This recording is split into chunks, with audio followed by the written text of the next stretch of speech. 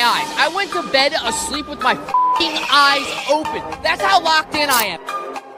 Philadelphia Eagles are world champions. Hey, got it! Yeah! Let's go, Phillies! Woo!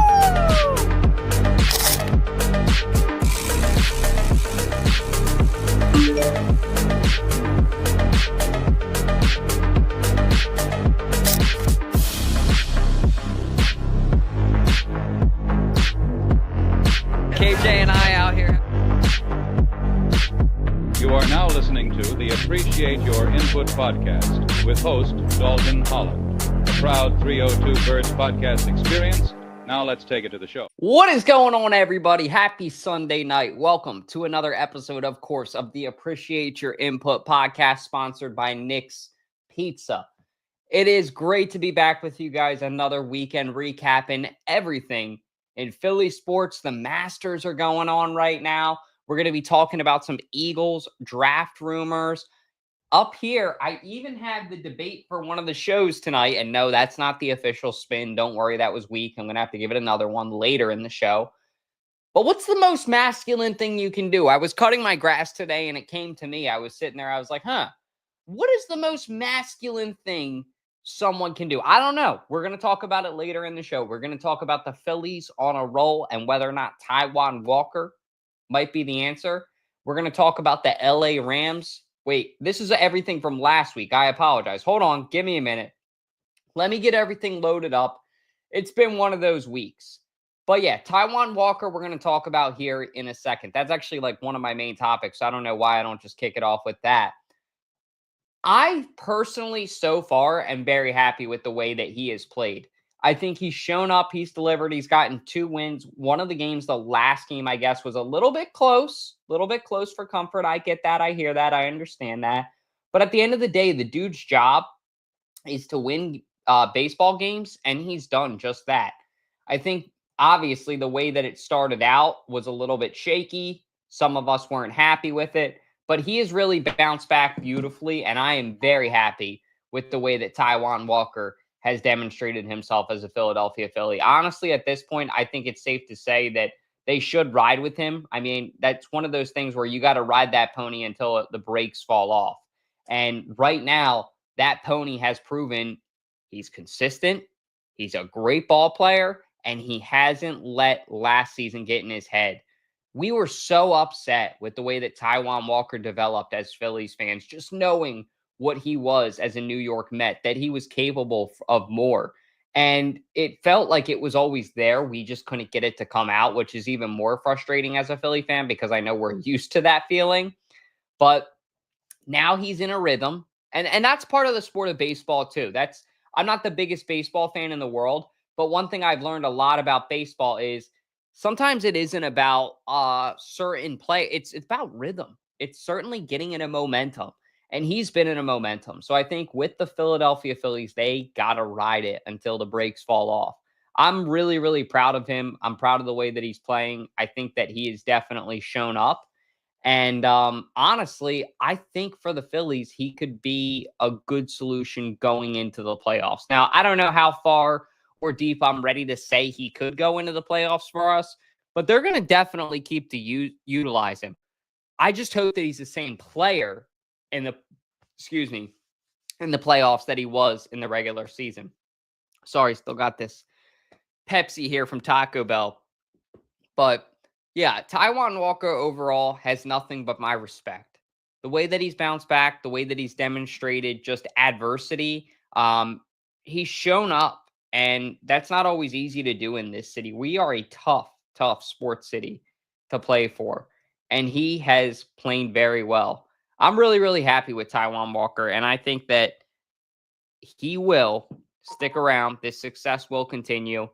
And if it does fall off, if it does start going a little bit south, well, you can always bring in someone else. That's the beautiful part. I think that there are a lot of guys on the Philadelphia Phillies right now, including management and ownership, that have more to worry about than Walker does. Because this Phillies team has been so close yet so far for so long. And we really want them to just, come on, bust through. Come on.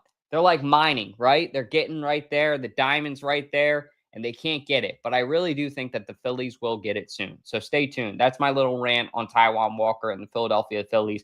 As far as Phillies baseball goes, they're coming home, I believe, tomorrow to go host the series against the Giants, San Francisco Giants, after a little bit of a road trip. We were upset, obviously, about the series losses to the Braves and then the Cardinals. But I think that this Phillies team will bounce back. They're back at home. They were electric at home to start out the year. We know that. And I think that they'll play solid ball. They're going to make us proud. So stay tuned, Philly fans. I think that better times are coming. But talking about something now that's a little bit more fun, and this is actually an interesting topic. Everybody's talking about something that I was talking about all the way back in February. I just got to give myself my credit there. But that's the Philadelphia Eagles trading up for a big name superstar, potentially someone that goes to Penn State, went to Penn State, named Abdul Carter, an elite edge rusher. Now, this is unlikely, but if it were to happen, this would change the game for the Eagles. A player like this just completely revitalizes a franchise. And when you take a Super Bowl champion and add that player, oh my God. I mean, the fact that the Eagles could bring Abdul Carter in and they wouldn't have to pay him for a long time because he would be on his rookie deal, I think is something that a lot of people are sleeping on, and a lot of people don't understand how valuable that could be. So personally, for me, I say do whatever it takes. If you can bring Abdul Carter in this team, if you got to give up this year's first round pick and next year's first round pick for a team to move up this year, why not?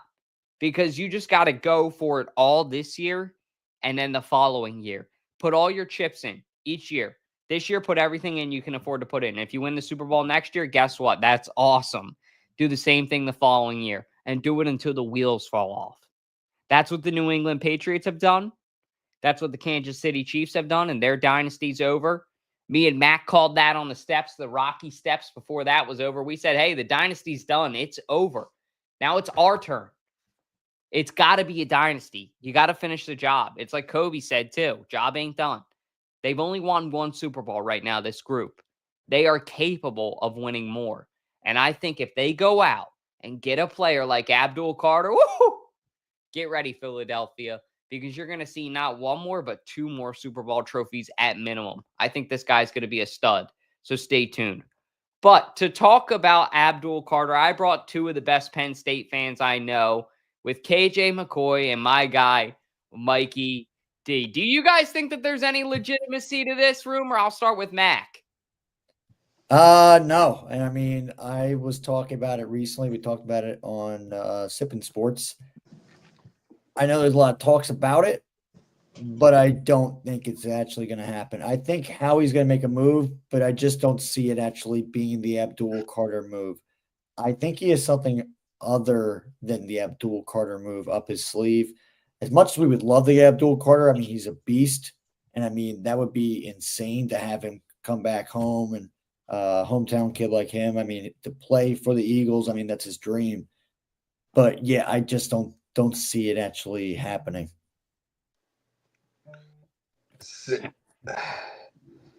Well, come on, Mac. I mean, come on, Dalt. I mean, yeah, I'm sure he'll be an Eagle down the road, but yeah.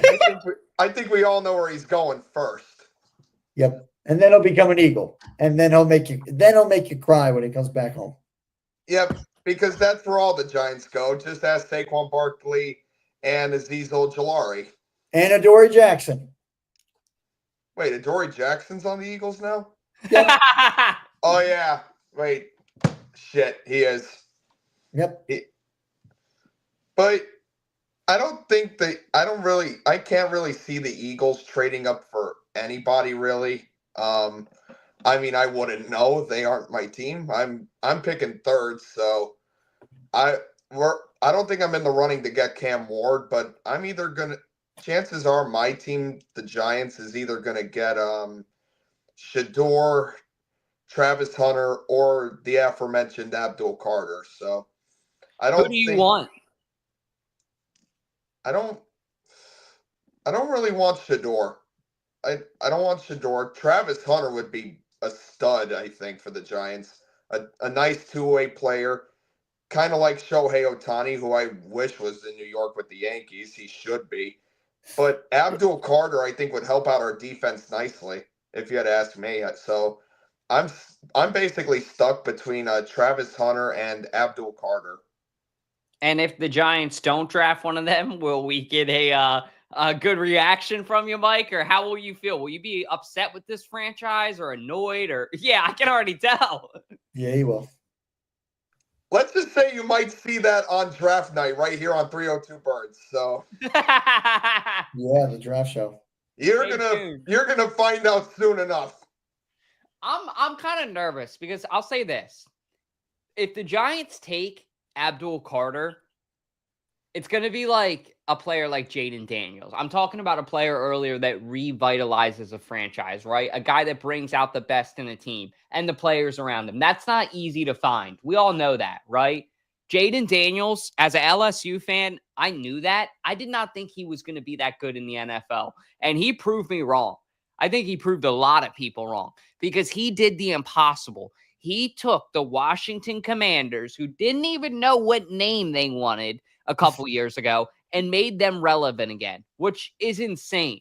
So for me, I mean, I think if the Giants took somebody like Abdul Carter, it's like inevitable that he's going to be a stud.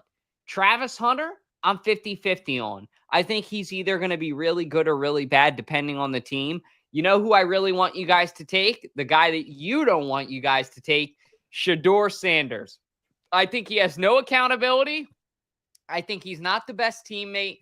And I think he would be Daniel Jones 2.0, if not worse than Daniel Jones. Well, Mike and D originally wanted him. Remember that Subway video? He was saying, why not bring prime time to the bright lights of New York? I think he's had time to think about it, though. Yeah. I absolutely did. And now that I absolutely think about it, Take it back. Right. well, chances are if we get Shador, then maybe down the road we get Shiloh. And the next thing you know, Deion Sanders is our head coach. A former Cowboy, your coach. Yeah, how about that? Well, I mean, we did have Jason Garrett. We've seen worse. That is true. We've seen worse. So, yeah, so basically, Shador, I guess, would help us. But now that you say that he might be a new Daniel Jones, that honestly kind of worries me. Travis Hunter would be great. Abdul Carter would be great. And also, I've said it for like 5 drafts now, any O-lineman would be great. Any O-lineman would be great at this point. You are not wrong, my man. I mean, you guys need protection up front for whoever's going to be there. And you need to almost find that lineman with the attitude that I said, right? For a QB or a player, a guy that comes in and revitalizes a franchise. I think if you found someone like that, you guys would be good. But you need to find that in a defensive player. The good news is he's right in front of you in Abdul Carter. And I think you guys will be able to take him. Do you see any chance that, not with the Eagles, of course, because I don't think the Giants would do that, but how about the Giants trading with another team? Could you see you guys trading back at all? Is that relevant at all? Well, from what I've been hearing, we actually have a chance to not trade down, but trade up. We What? might actually trade with the Tennessee Titans to get the first overall pick. Not kidding. Wow. Cam Ward? I would love Cam Ward. I mean, it's better than the quarterback room we have now. You have Tommy Cutlets, Tommy DeVito. DeVito.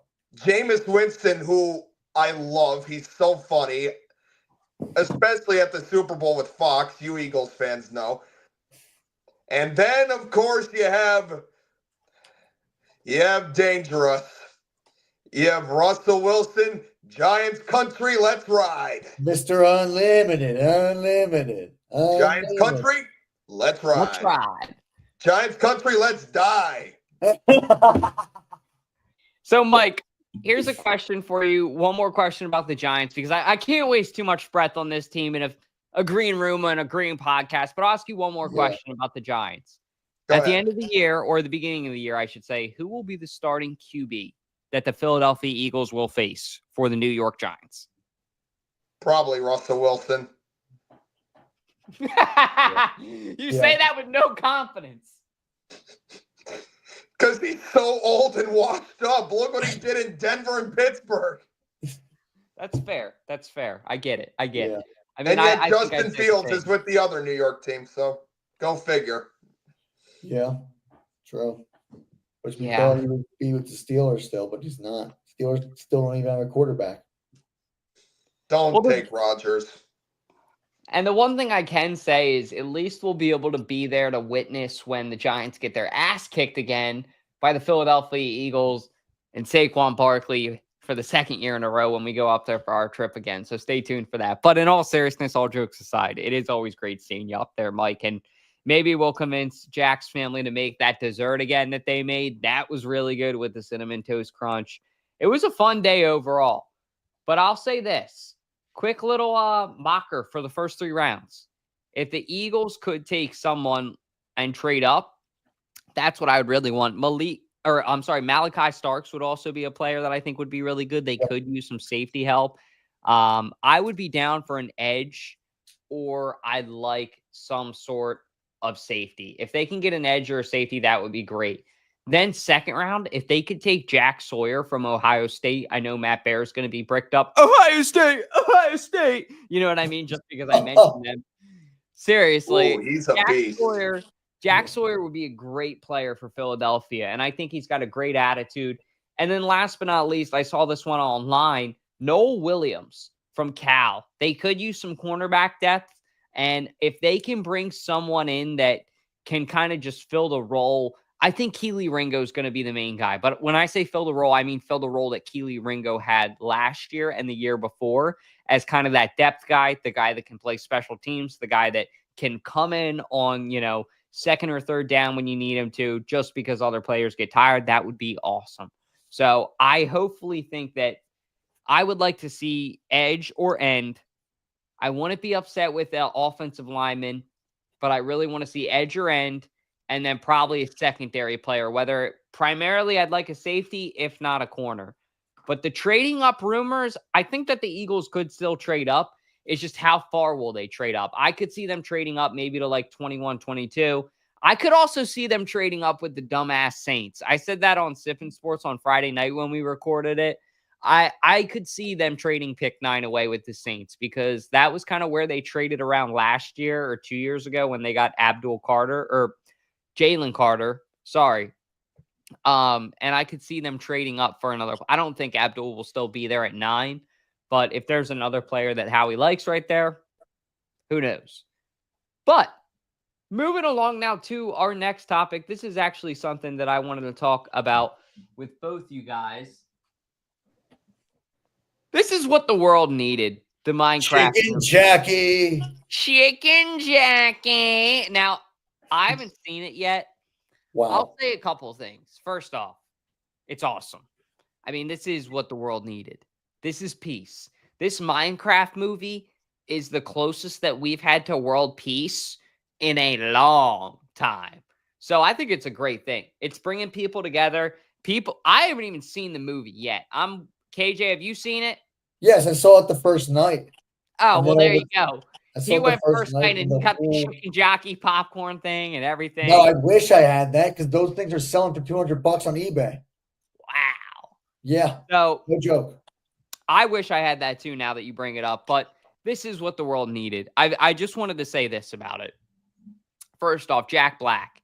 I've seen some of the videos that Jack Black has done where he's surprised kids, and he is one of the most heartfelt, awesome dudes around. I know I joke around a lot, but seriously, nothing bad I can say about Jack Black. He's just a great dude, a great actor. He's still the same actor in the Nacho Libre that we knew as kids, that we recognize him as, our childhood, all the School of Rock, all that stuff that we know Jack Black as. But this role, he did such a great job in. And then the memes. I mean, I am Steve. Flint and Steel, the Nether. I mean, you could go on and on for them. Chicken Jackie. they're funny. It's upbeat. It's refreshing. And I haven't even seen the movie, and I love it. So, hey, props to you guys. Props to the movie makers, because it's restored a lot of peace and a lot of happiness into humanity. And it's just been fun watching humans and people and Jack Black react to it, going to go visit kids with special needs. There was also that kid that passed away that they let see the movie a month early. That made me tear up when I saw the clip of that the other day. That was really sad. So I'm really happy with what they did with this movie, and I think I got to go see it now. Yeah, you gotta go see it, and Mike has to go see it too, even though he's like afraid of movie theaters and whatever. But I'm not afraid. He's not afraid. But yeah, no, it was a good time. I went with my brother and my buddy Constantine as well. Unfortunately, I mean, there wasn't like the craziness that I saw. Like, I mean, like actually, fortunately and unfortunately at the same time, because even though Dalt did say there's peace right now, I mean, from what I've seen though, it's not too peaceful that somebody got like a slushie thrown at their head or whatever like that, or popcorn flying everywhere, or somebody with a live freaking chicken in the movie theater. So, I mean, yeah, I would say it's not peaceful, but I mean, it's funny. Some of these videos are hilarious, and it's just been a crazy reaction. I mean, I don't remember the last movie that has given this much of a reaction, but yeah, Mikey D still got to see it though. It was a great movie. I loved it. You both have to go see it, or I will hunt you guys both down. There's definitely a line that people have to draw, and I just want to say this before we get to Mikey D. Like, there's a line of what's funny and what's not funny. I saw some people doing it the whole movie. That's not funny, because you guys got to keep in mind, it's a kids movie. It's made for kids. So primarily, you're going to have 12-year-old, 10-year-old, 8-year-olds, and so forth there with their parents. They've been looking forward to seeing this movie for years, some of them months. So you can't ruin it for them. Like, I saw this one kid. He was like shirtless with his pants off, staring at the screen, and he's like, he's like Flint and Steel. He's like, chicken jockey. It's like, dude, like, what are you doing? Like, pull your pants up. I would love to see KJ ballpark Tommy in that theater. He would have lit that kid up. And seriously, some of the parents that are lighting these kids up are rightfully so, because the old school Delco, South Jersey attitude parents, that shit doesn't fly. Like, it's funny to an extent, and everyone can take a joke. It's funny with the chicken jockey. Everybody in the theater goes, chicken jockey. Okay, maybe a couple people throw popcorn. A couple theaters throw confetti. That's funny. Person brings in a whole chicken. I don't even know how the hell you did that. I salute you for that.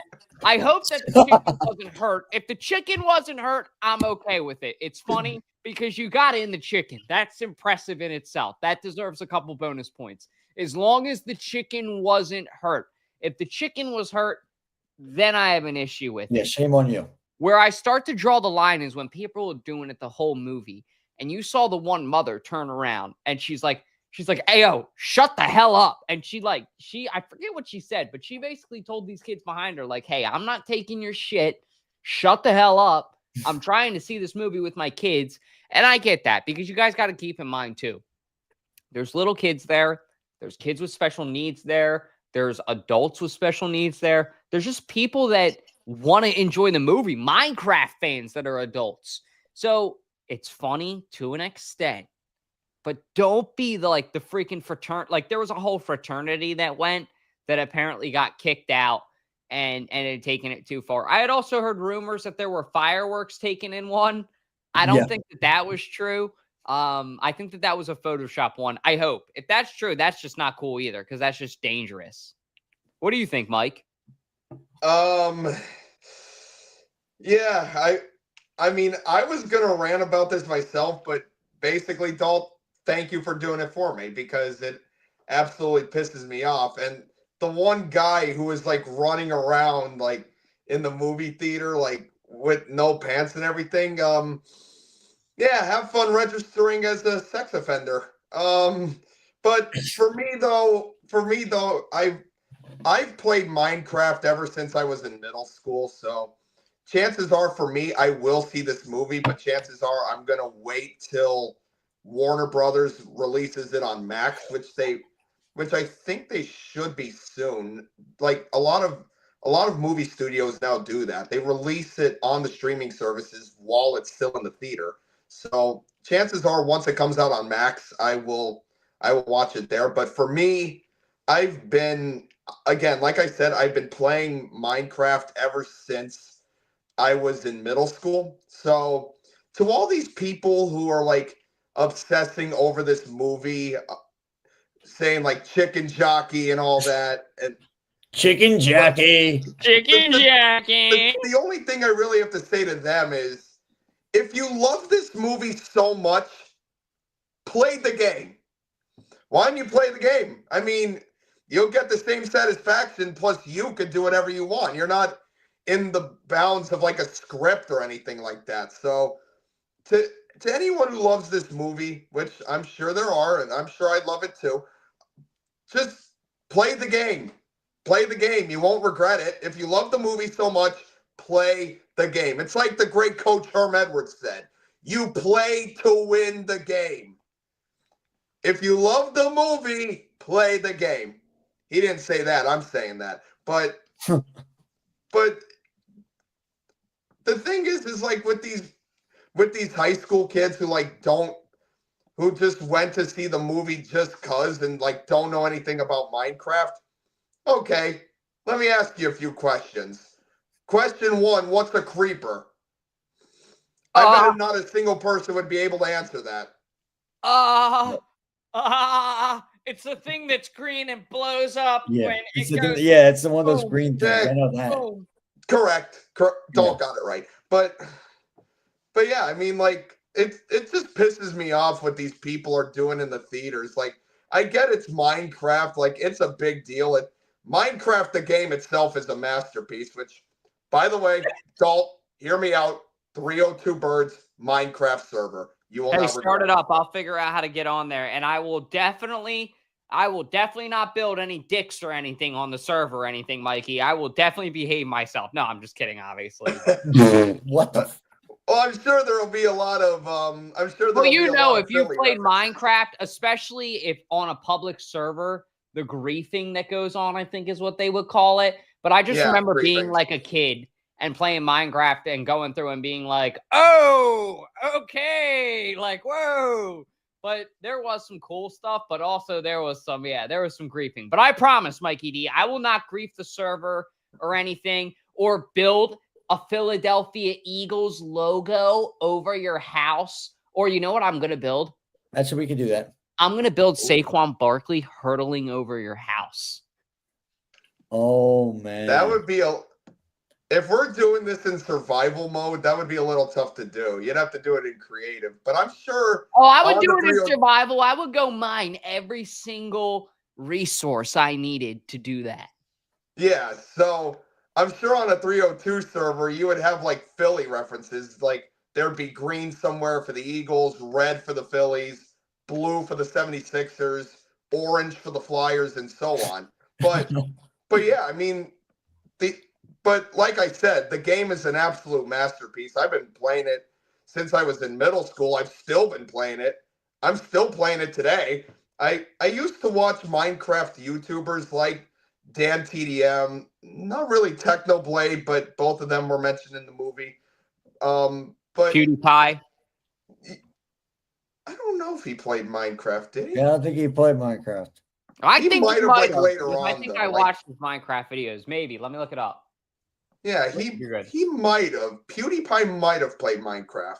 I know Jacksepticeye and Markiplier did, but you have like the OG Minecrafters. You have Dan TDM, Sky does Minecraft. The list goes on. So basically, like a lot of those guys were referenced in this movie, and that was cool to see it. The one cool thing that I actually saw in the trailer was there was a pig wearing a crown. That was it. And what did they say about it, KJ? You would know. It was a tribute to Technoblade. Technoblade never dies. That was for Technoblade because he kind of dressed as like a pig or something, or like his icon was a pig. Yep. Yeah, skin. Yeah. They said like is that a pig? They said, no, that's a legend. Technoblade never dies. Yep. And that So- was really cool that the movie was did cool. that for him. That was because really cool. the fact that they're willing and aware of the people who have supported their community, you see the same thing in the NFL in all seriousness, right? Like the Baltimore Ravens have that Mo on their field right there. Same kind of tribute where they're aware of someone in the community and it's just like a subtle nod. Sometimes those subtle nods are the best way to remember people, where the ones that know and the ones that remember know. And I think that that was really cool. But I got to keep it moving just because we got to get to our next few topics here. If you guys want, you're more than welcome to stay for this segment, but we got to keep it running because I got Jack and Frank coming up here in 10 minutes.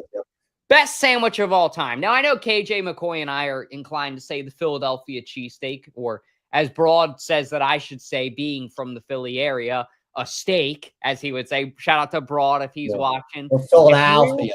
Or Philadelphia cheesesteak. Yes. If you guys didn't see, KJ and Broad did an exceptional job announcing yesterday. I felt like I was listening to NBA TV, their play-by-play, and in KJ's commentary, his color commentary was awesome. It was like peanut butter and jelly. Speak of the devil, like the best sandwich of all time. That actually might be mine. The older I get, the more I understand why simple things in life are the best. Now, look, I love a good turkey sandwich, a good turkey hoagie. Don't get me wrong. Get a bag of chips with it, some Hearst. Life is good. But Old Reliable was my answer a couple weeks ago when we talked about the candy, right? My favorite midnight snack, I said peanut butter and jelly. I think for me, the best sandwich of all time pretty much has to be a peanut butter and jelly. It's affordable. It's easy. It's good. Yesterday, I had an Uncrustables that was like perfect on the golf course. I was in like a master's mood. I went out golfing like last minute just because I got to learn. I got to get better. I suck at golf. I've never really played throughout my life. Yeah, shout out to Rory. That was really exciting. Didn't win my bet on the American guy, but it is what it is. You win some, you lose some. But at the end of the day, for me, the best sandwich of all time, I'd probably say is a PB&J. Keep it simple, keep it light, keep it easy. What do you got, Mike? I kind of have to agree with you on a PB&J. Like, I can never go wrong with it. Whenever I need like a quick lunch, like I always have like a peanut butter and jelly with like a side of chips, or here's another one where you can make a case for a nice grilled cheese sandwich. Oh, that's a great one. Now, here's my question for you with the peanut butter and jelly really quick. Do you have a specific kind of bread that you like to put on your peanut butter and jelly? Well, the bag says Italian, but just like regular bread. I know, yeah. So the older I get, if you haven't tried it yet, give it a try. Somebody put me onto it when I was in high school. They said, try it with potato bread if you haven't. And I tried a peanut butter and jelly with potato bread. It's a little bit heavier, but if you eat it as a midnight snack, it's a really good one. Potato bread. Remember that tip. You might like it. I've had hot dogs on potato rolls, and I've had a burger on potato rolls. Now, here's the question of the day. Can you consider a hot dog a sandwich? Oh, man. I would say yes, because it's in between two pieces of bread. Even though it's technically one piece of bread, it's like folded. But I guess at the same time, would you have to consider a taco then a sandwich? Because a tortilla, it's the same idea. It's one thing that's rolled up into. So I would actually say no, looking back on it. I would not consider a hot dog a sandwich. I would consider a cheeseburger, though. What about you, KJ? Yeah, that's a $1 million question. I mean, I think that's like one of the questions that makes people go to war. I mean, if a hot dog's a sandwich, it's tough to say. It really is. I mean, like, I think if it isn't like in like a roll, then yeah, I think like it's not a sandwich. But if it's in a roll or like bread, I think it's a sandwich. I mean, in my book, I think it is. So, I mean, that's how I kind of view it. But yeah, I mean, this is like a controversial question. Very controversial. It's like almost asking, is water wet? I mean, that's like how. Oh, that's a good one. That's how serious. That might That's have how to be serious of a question next week before we get into that. But wait, before we See- move on from you too, KJ, what was your favorite sandwich of all time? It actually isn't a cheesesteak, surprisingly. It's not actually. My favorite sandwich of all time is actually a meatball sandwich. Really? Yeah. That's a good I answer. do love cheesesteaks, but at the same time, though, like a good meatball sub, actually from Primo's is probably my favorite. Primo's Hoagies. Funny how Matt Bear just said that, but Oh, No, my but he but didn't I- say. No, but he didn't say. I but said I've Primo. actually I said and- Primo Hoagie though. I said But I- like from Primo's. we have those up in Scranton too. But Yep. Not in so New York. I actually made like my own kind of sandwich, and like weirdly enough, I actually got this from a YouTube video. Shout out to another Minecraft YouTuber, Tobuscus. A nugget in a biscuit. You dip it in mashed potatoes. I tried it, so good. So could you consider that a sandwich? Wait. A nugget in a biscuit?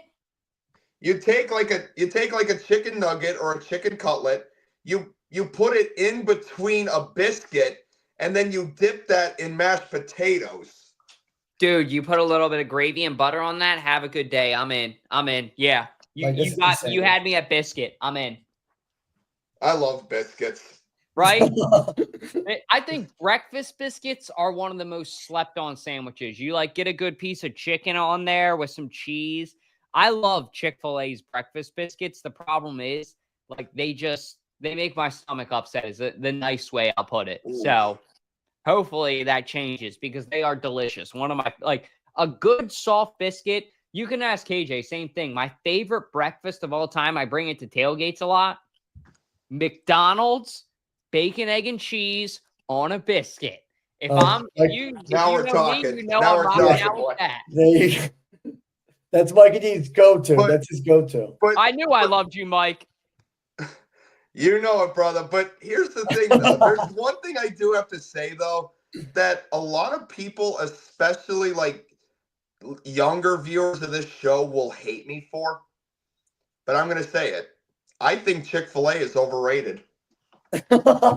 So what do you take over it in that rebuttal? Like, would you take Cane's? Would you take Popeyes?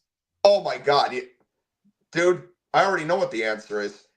Like you said, all reliable. You can never go wrong with the 11 herbs and spices of KFC. That is my answer always. KFC has some good food. I think KFC slept on a lot too because Popeyes had the sandwich craze where people were literally fighting and punching each other in the mouth over a damn sandwich. I remember I was in college during that, and I went to the Popeyes in West because I love chicken. Like, you can ask KJ, like, if there's something with chicken in it, chances are I'm going to eat it.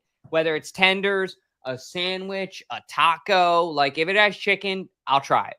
So when You the chicken can never go sandwich wrong came with out- the Colonel. Yeah, exactly. When the chicken sandwich came out from Popeyes, I was like, let me go see what this is about. And I remember I went there like a couple days after it came out, and this one dude was there. He's like, yeah, I was here a couple days ago, and this old lady got knocked out. I was like, what? And this was the one on Route 1 in West Philly. He said What, literally an old lady got knocked yes. out over a chicken sandwich. I said, that is baffling to me. That is Unbelievable. insane. But that Oh, was how lady. crazy the craze was. And if you guys don't believe me, go look it up on YouTube. There were fist fights over the chicken sandwich craze at Popeyes. But I think KFC, I will say, I don't like KFC's chicken sandwich as much. But I think KFC has better fried chicken. I think KFC has... I will take Popeyes mashed potatoes just because they have a little bit more kick. But KFC's mashed potatoes are still great. And every other side, KFC clears in. I would take them as a whole. Oh, absolutely. Like, the one thing, like, about, like, chicken and, like, fried chicken, like, you can never go wrong with the original recipe of Colonel Sanders. Like, you never question the Colonel when it comes to chicken. Well, maybe we need to like Never get like a podcast. Never question the Colonel, McAdee. Never question him because he's the best and it's finger licking good. It's McAdee. finger looking good, Finger baby. licking good. Never question me or I question you. If we ever take this thing off, KJ, what we have to do is take Mikey D to a KFC headquarters for content and take a tour of the factory or of the headquarters of KFC, and we'll get to see it. I'll go on that. That'll be a fun trip. If we do that, I will promise you this. I will dress up as Colonel Sanders and talk like that for the whole freaking day. And I will literally be doing, it's finger licking good. I'm the Colonel. And I'll even have the little cane too. I'll even have the little cane. And if Mikey D acts up, I'll be like, Mike, hey, Mike, come here. I'm going to smack you with the cane. Me or Mikey D, you'll be smacking us all day. Come here, boy. Listen. Yeah. I need help. Okay, Grandpa. Yeah, how old would Colonel Sanders be at this point? Like maybe 100 something? Like probably like 100, like 50 something or 100, like 60 something. So who knows? But anyways, I know we got to get into our last topic just because I got Jack and Frank coming up here in a second. If you guys aren't doing anything, get a little bit of late night content. Come for some laughs with Jack and Frank for the Jackson Hour, talking about the Masters and talking about if you could play any sport professionally, what would it be? Fun debate. But this is something I thought about when I was driving on 95. So this is a funny story. There are just certain things that when you're a guy and you're grown up and you live alone or you're in a relationship, just like as an adult, that you start doing that you're like, yeah, that was a dad thing to do, or yeah, that was a masculine thing I just did. And it's funny because you'll start to brag about it. So my girlfriend and I were talking the other day and I'm like, yeah, you know what I just did? She's like, what? Like, you know what I mean? Like she's waiting for like, you know, me to say something crazy like I just worked out or I just ran a mile, something cool. I'm like, I just mowed the lawn. And she's like, oh. And it's funny because we both got like excited about it. Me, because you do get a little bit of a workout from cutting the grass and it's a relaxing. Josh Zepp, shout out to Zeppelin. He's the one that taught me about cutting grass. And he said it will be relaxing for you when you do it right.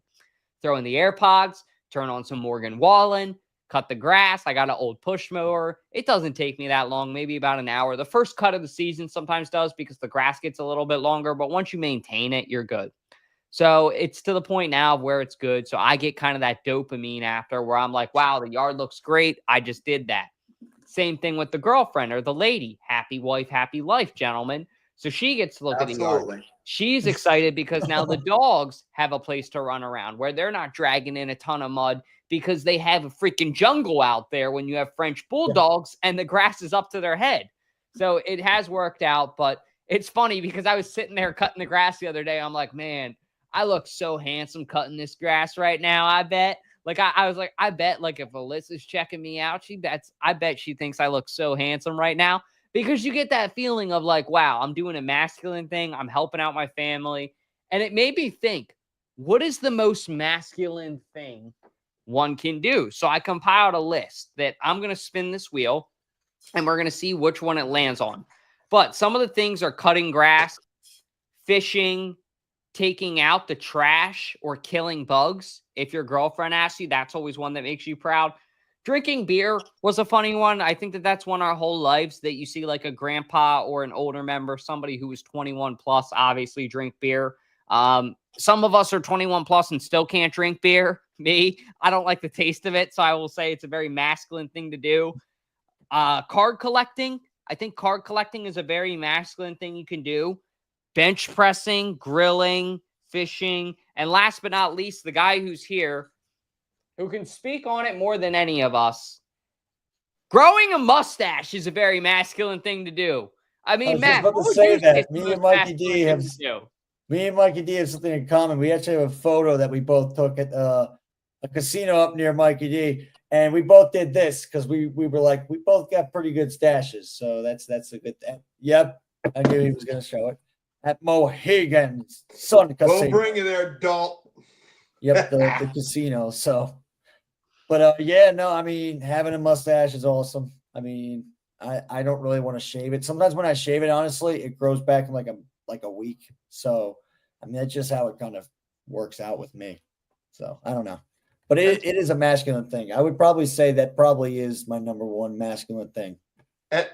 And what KJ actually said about the casino in like all seriousness, like it seems like now like that in itself is becoming a masculine thing, like gambling or sports betting. Yeah. Like you see many men doing it and it's like, oh, I just did a masculine thing by taking this bet.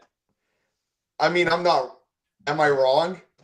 No, No, you're not. I And don't that's think you one thing are. I want to say too, just to give some context and some clarity, that if there are any ladies out there watching, it's not that you can't do these things. It's just that I'm saying as men, when we do these things, we just kind of like peacock around, for lack of a better term. Like, yeah, I did that, babe. Yeah, I got you for the week. Yeah, honey, I'm good.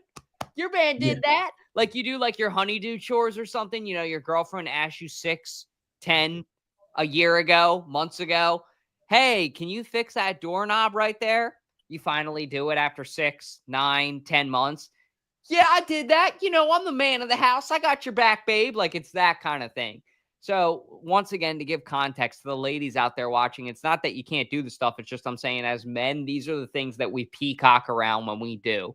And me, when I cut the grass, you better believe I'm not shutting up for a week about it. I got pics on my phone of it that I'll look at tonight. Like I'm proud of it. And it's definitely like a dad thing. I sent a picture to my family group chat as soon as I finished it. I'm like, well, mom and dad, first cut of the season's done. Like it's weird. You start caring about things as you get older. Grilling is a great one. But let's go ahead and see what the Wheel of Wonder landed on. And that's it. That was what I was hoping it would land on. Was it landed on grilling? I know it looked like I switched it there for a second. I promise you it was grilling. But it looks like I'm going to have to invest in a grill now for my house because I don't have a grill here. Fun fact for those of you guys who don't know, I just cook on a skillet. I cook burgers. I cook steak. Burgers aren't as bad on a skillet because you can make a good smash burger. But steak, yeah, miss the old grilling of a steak. But and actually, one thing that was on that wheel that I actually do is I actually do go fishing too.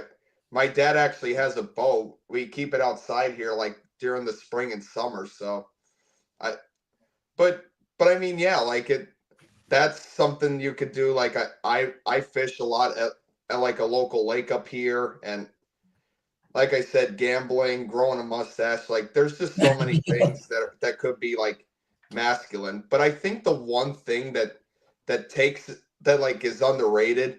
Well, first off, one thing that I always do that's like masculine is like go to a bar, talk sports, like and invite women over there. But I think if you do have a girlfriend like Dalt does, I think the one thing that does make you masculine that is underrated is doing what they like with them. Like if you go shopping with your girlfriend, I think that's a masculine thing because you're doing what they like, so therefore they like you more because of that. Am I wrong?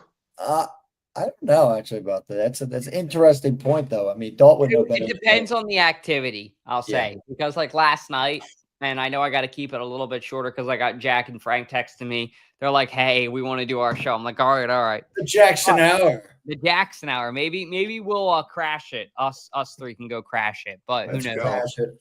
But the one thing I wanted to say is you're not wrong, Mike. I think a guy with self-confidence is the most masculine thing. Like when you don't really care what people think because you know like who you are and where you stand and what you do. That is a very masculine thing to say and to do. So let us know in the comments, what is the most masculine thing to say and do? I'm interested to see what you guys have to say. And I do got to cut it a little bit short this week. Sorry to do that, guys. I'll be back longer next week because the Jackson Hour, we are going to move to a new time. I think we might do like 9:15 on Sundays moving forward just to be safe.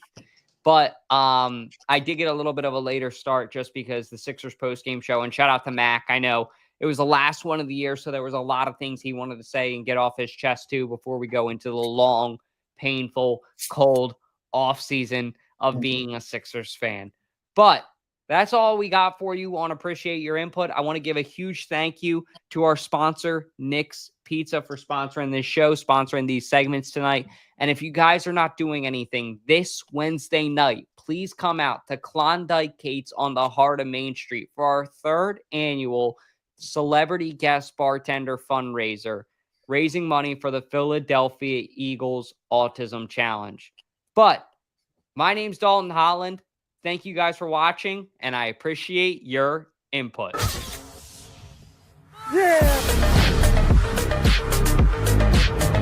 Let's go, Phillies! Woo!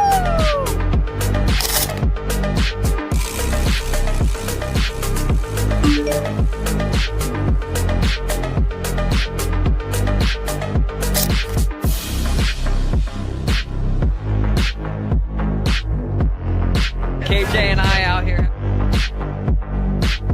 You are now listening to the Appreciate Your Input podcast with host Dalton Holland.